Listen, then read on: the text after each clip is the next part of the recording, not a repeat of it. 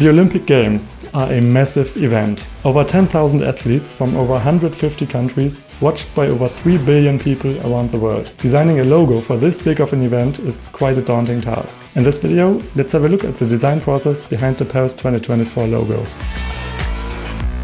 The agency that designed the logo is called Royalties Eco-Branding, based in, you guessed it, Paris. The chief brand officer of the design team said that Paris, as the city of fashion and aesthetics, needed an Olympics logo that's distinguishable from those before.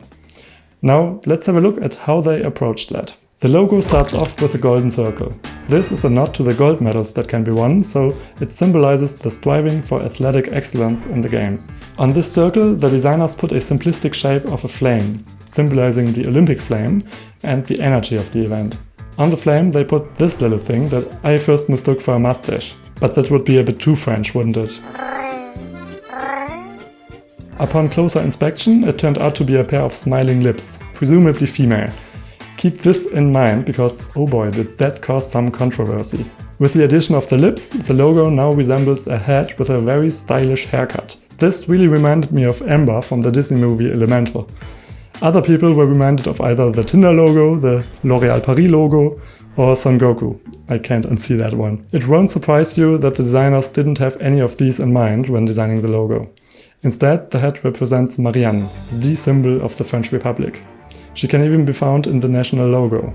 Marianne was one of the most common first names in France in the 18th century, so it was used to personify the French people. She represents the values of the French state: liberté, égalité, fraternité. By depicting Marianne, the Paris 2024 logo stands for the French people, for the French history, and for democratic values. So there we have it, the finished logo mark. When you look very closely, you see that it's designed geometrically, so it's built with many small circles, which makes for a natural feeling logo. This is a big trend in modern logo design. Now let's have a look at the wordmark. The font used in the logo was custom designed for the Olympics and it's called Paris 2024. It relies on the Art Deco style, which was prevalent 100 years ago when Paris last hosted the Olympic Games. The Art Deco style uses angular, streamlined features with vertical lines and zigzags. You can see this in the font, which uses many straight vertical lines in unusual places like the A or the 4. The pointy zigzags can be found in the 2s. The curved lines inside the letters remind me of the skeletal structure of the Eiffel Tower, but I don't know if this was on purpose. Paris 2024 is a variable font, meaning that you can seamlessly adjust the thickness. You're not just limited to predefined thicknesses like light, regular and bold. So this variable font is well equipped to be used in many different scenarios. In the logo, the wordmark is written in uppercase, except for the lowercase I. This was probably decided to give the I more character and avoid confusion with the lowercase l. All in all, I find this font to be very unique, expressive and conceptually fitting for the Paris 2024 Games. But the official logo isn't finished yet. Below the wordmark, they added the general Olympics logo that all Olympic logos must have. With this added, the logo of the Paris 2024 Olympic Games is finally complete. Then there's of course also the logo for the Paralympic Games, but for this they just swapped the Olympics logo with the Paralympics logo. This makes total sense for me, but interestingly this is the first time that the event logos of the Olympics and Paralympics are the same. Now, before we look at the controversy the Paris 2024 logo caused, let's have a quick look at the larger design system. Obviously the Olympic Games are huge and diverse, also from a design standpoint. You need not just the logo of the event, but designs for the stadiums and venues, motion graphics, merchandise and so much more. There are entire sub-brands for different purposes, which all follow the carefully crafted brand design. All in all, the design team has created over 7,000 different elements. The Paris 2024 design system brings many novelties when you look at the details. For example, the pictograms for the different disciplines don't use depictions of humans at all, and that's a first. I think it's a pretty smart way to visually include athletes of all genders, races and whether or not they have a handicap, by just avoiding human depictions altogether. The icons are also designed in a decorative and symmetric way, so they can also be used for badges of honor representing the sport. Now, the icons are surely pretty to look at, but are they also easy to understand? Here's the test. Can you guess these 3 sports in a few seconds?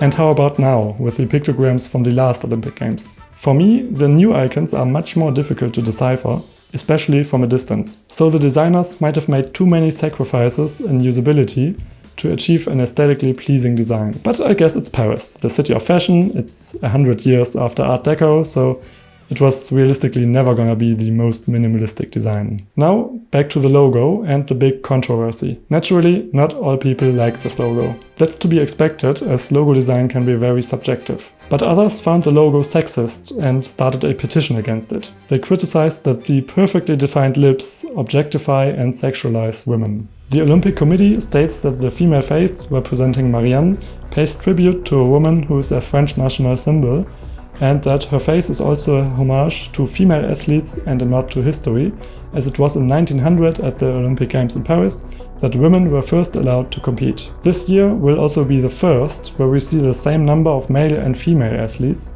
and that's quite a promising accomplishment. So the intention was certainly not to objectify women, but I do see the point with the stereotypically designed lips. Another question entirely is whether these female lips really remind you of Marianne. Personally, I wouldn't have seen the connection between them without the official explanation. The lips are just too generic and indistinct for that. Plus, in the most widespread depictions of Marianne, you'll never see her facing the spectator like in the logo.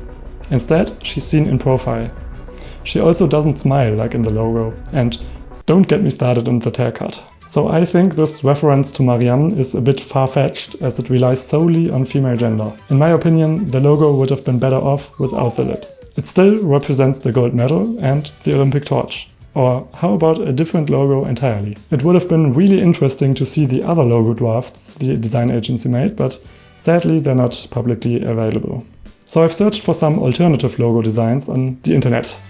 Let's have a look at some of them. These are designed by independent designers, so they're in no way affiliated with the Olympics. I won't go into much detail with these, but they all have their own strengths and weaknesses. Some of these I find too detailed for a logo with a wide use range, and the official logo definitely had simplicity in mind. Others have quite a convincing thought process behind them, but maybe just not as sophisticated as the official logo. After all, the design agency had more time and budget to design the Paris 2024 logo. But there's one more official logo to look at. You see, when Paris applied to host the 2024 Olympics, they also had a logo just for that candidature. It was a 2 and a 4 for 2024, intertwined to resemble the Eiffel Tower.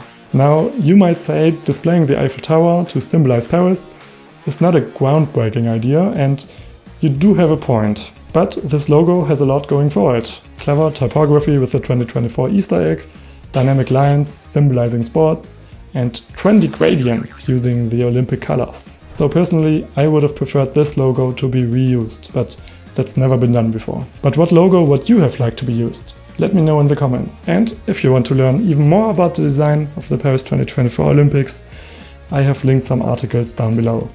With that, thanks for watching.